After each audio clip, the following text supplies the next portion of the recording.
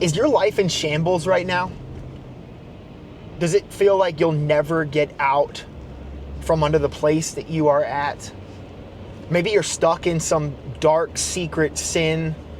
Maybe your family members are just not understanding you or getting you. It seems like every time you open your mouth, there's someone that's questioning everything that's going on around you.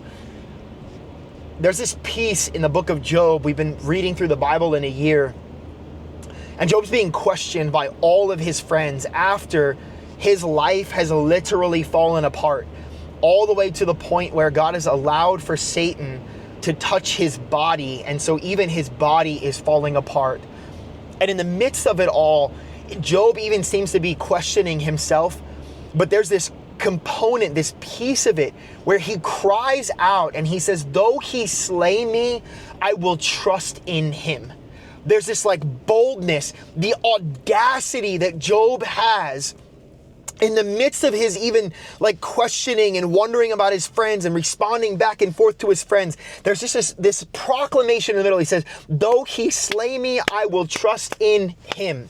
If you're a believer in the Lord Jesus Christ and your life is just like, you have every right to be wondering, am I even a believer? Is God even real? Is he near to me? I would encourage you, you have every more opportunity than Job did to find boldness, not in yourself or in your own righteousness, which is where Job had to dig deep to find, but in the righteousness and the perfection of Christ. If you're a believer in the Lord Jesus Christ, everything about your life is only because of the goodness and the perfection of Jesus.